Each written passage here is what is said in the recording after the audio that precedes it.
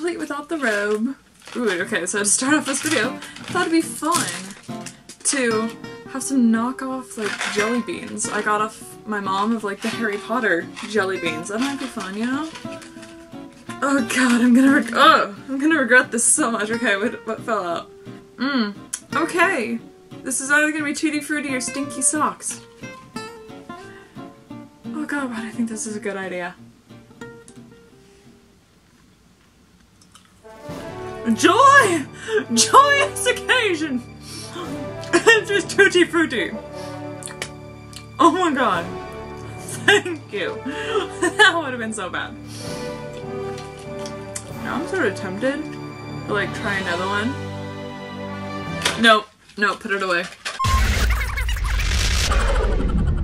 Hey Tibians, happy Halloween! Oh my gosh, it is Sarah's favorite holiday!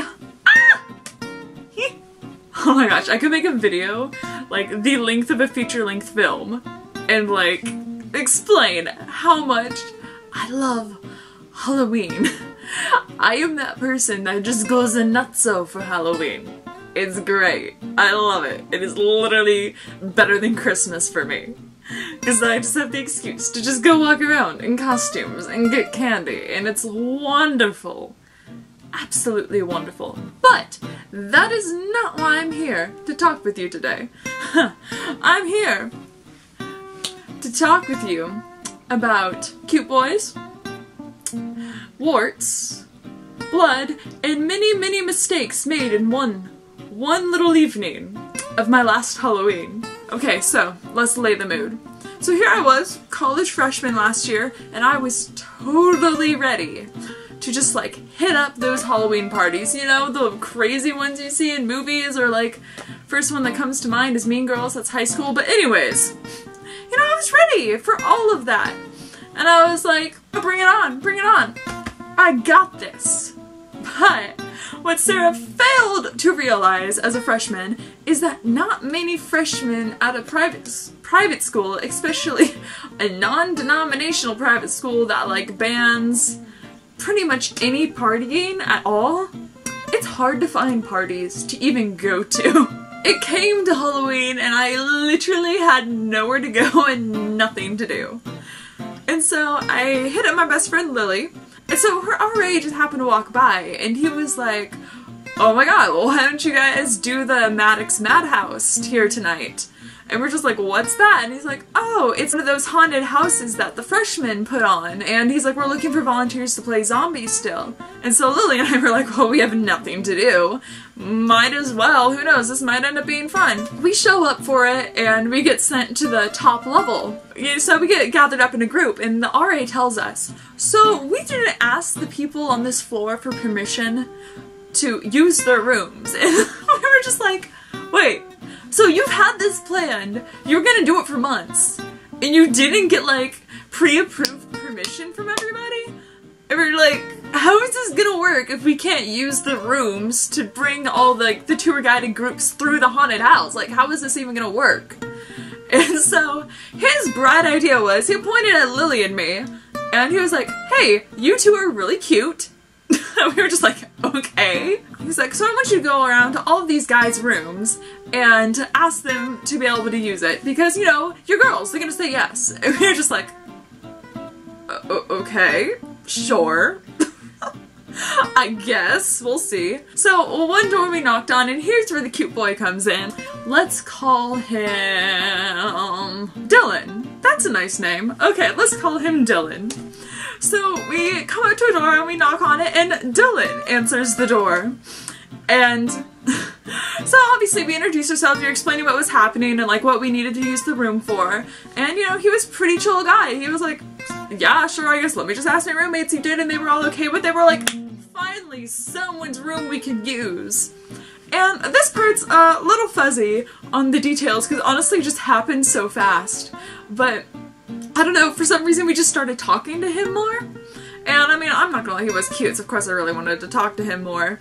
Sorry, Dylan, if you're listening to this, but you were cute. You're still cute. We ended up talking a lot, and then we and we accidentally ditched setting up the top level of the house, the haunted house, and we just ended up spending about 2 hours in his room, just like eating his food, watching Netflix with him, getting to know him, and you know, I was decently surprised. We actually had a lot of things in common. So you know, like cute boy, lots of things in common. So like obviously next step you're gonna think is like, obviously I need this guy's number. You know, either we're gonna be really good friends down the line, or, you know, I could possibly get a date out of this. You never know. Things may happen. And so I give Lily the look. I'm like, hey girl, like looking down at my phone, like text me. And so we're texting back and forth. I'm like, girl, okay, he's really cute. Like, can like, I have this one? Like, are you cool with that? Like, are you interested in him? Like, in this sort of way? And she's just like, nah, girl, like, you go for it. Like, come on, like, you two have things in common. Like, you got this, come on. Well, the problem is that he unfortunately had a thing for redheads, which is Lily, a redhead. And so the entire time, like, Lily would be like, hey, Sarah, like trying to get me, like, involved in, like, conversation, get him really interested in me. He would just, like, throw the question back at Lily and be like, so, Lily, after, like, this game of telephone, essentially, going around, I happened to look at my phone and we're like, oh crap, guys, we need to go get ready. So we ended up looking like this. Pretty cool, right? That was the whole group that was on the top floor with us. So we all gathered up after we were all zombified, and the RA's like, okay guys, so this is how this is gonna work. The group's gonna come up and everybody's going to be just standing in a different spot around the hallway, looking creepy-like, making groaning noises, whatever. And then we're gonna have one of you guys sprint down the hallway towards the group and then tackle one of the zombies and start a fight. So, who wants to be tackled was his first question. And by my lucky stars, by chance, guess who raised their hand? Dylan. Dylan raised his hand. Obviously, in that like 2-second moment where he asked, okay, well, who wants to tackle Dylan? I was thinking in my head, I was just like, this is it. This is going to be like the chick flick movies. I'm going to tackle him, and then he's going to see, like, obviously, like, oh, wait, he's been missing this whole time. And he's just going to be like, oh my gosh, I should give her my number, and, like, we should go on a date. And, oh my gosh, it's going to be, like, one of those romantic moments in movies with the music, and, like, nah, girl.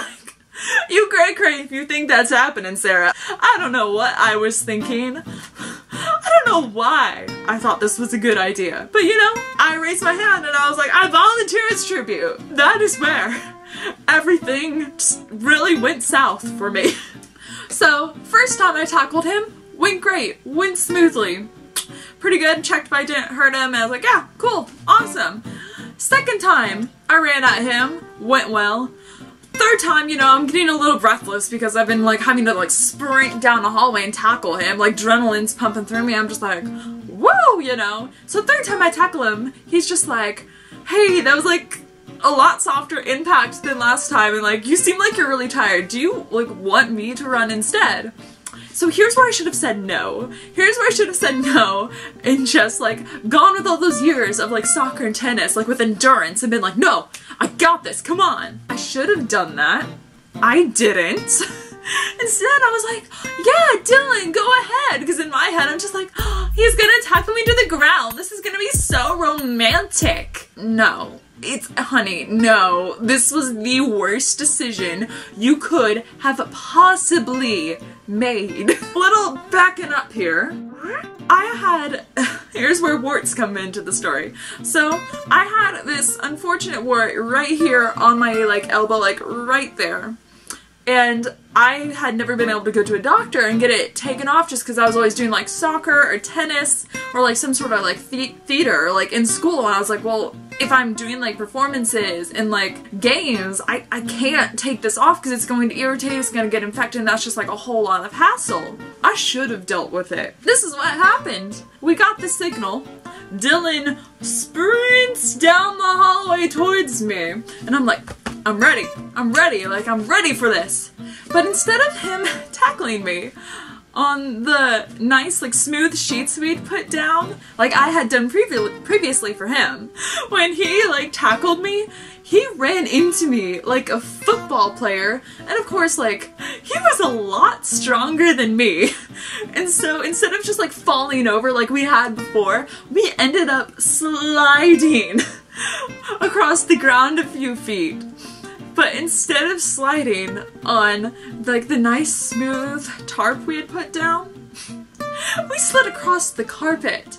But, you know, like, obviously we didn't really care because we had, like, adrenaline pumping through us. We were ready, we were going, and then adrenaline was leaving me. I was like, whew, okay, wow, that was good. And he was asking me if I was okay, and I was like, yeah. And suddenly someone spoke up, and they're just like, hey guys, I think someone, like, still has, like, their blood, because our shirts were covered with blood being zombies. And they're like, I think someone's blood is still wet, because there's a lot on the white tarp. That's funny, everybody was, like, laughing, like, oh my god, guys, who is it?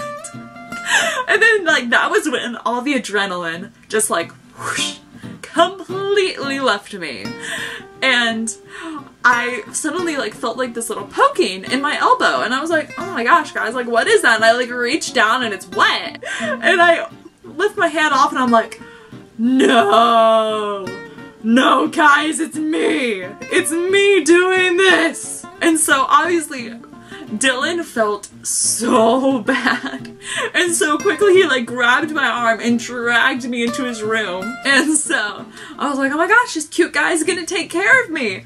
And yet again, if Sarah had learned nothing from this fall and having her wart ripped off her elbow, then I don't know what she thought was gonna happen in this situation. But no, the situation didn't go south and then go north. No. This situation just, like, spiraled out of control down a slopey hill of snow and crashed into a tree. It got worse. See, what happened was when we got into the room and, you know, we washed it, of course, and then we, like, put band-aids over it, we realized it must have hit, like, somewhat of, like, a major artery or something in my elbow, because it would not stop bleeding. It would not stop bleeding. And so here I am in this poor cute guy's room, bleeding all over his bathroom sink and his floor, and we're having to stay quiet because a group keeps coming into his room on the other side of this sheet, and we can't let them know we're there. And it's absolutely horrible because, like, we had put, like, 4 different band-aids on, put gauze over it, wrapped tape around it, and it still bled through and bled everywhere. And I tried to, like, run and tackle him one more time to see if it worked, but it just, like, made it worse, obviously. And so then for almost the next half hour, I was in his room attempting to, like, make it stop bleeding. And thankfully I did, because near the end there, I was like, oh my god, I'm going to have to go get stitches for the stupidest reason ever. Like, this is going to be, like, so ridiculous. Like, I don't want to get stitches for this. So after that, Lily had to be the one who tackled him instead, because obviously, like, if I kept running, it would just get worse and worse. But thankfully, it did stop bleeding, and we all went our separate ways, and I did, however, exchange phone numbers with him, as did Lily, and we became quite good friends. And we are still friends. I apologize, Dylan, if you ever watch this. And wow, that's probably the funniest thing that's ever happened to me while meeting someone. And I'm sure I'll top myself later on that. I don't know, is there a moral of the story here? I mean, I guess you could say, like, don't let cute boys blind you from being sensible.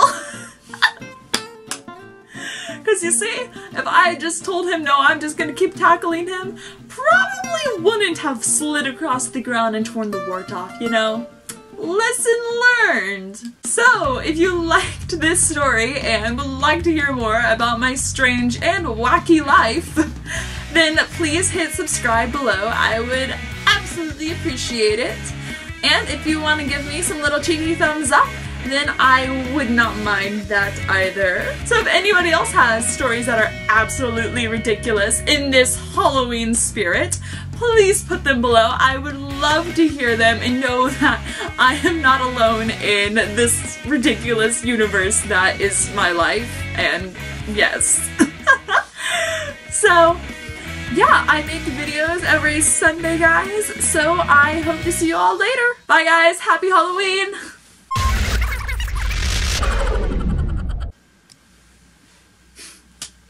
Good. God, I'm gonna try another one of these. Okay, I'm not gonna look. I'm not gonna look at the color. Oh god, it's like a yellow with orange dot. Oh no! Moldy cheese or carbocorn. Okay. Okay, here we go. 3, 2, 1. No! Ow. Okay, that was a bad one. Why was this a good idea? It's in my mouth. Oh my god, it's so good! Oh my god, I'm tearing up! Oh, it won't go away, the taste! The things I do for you.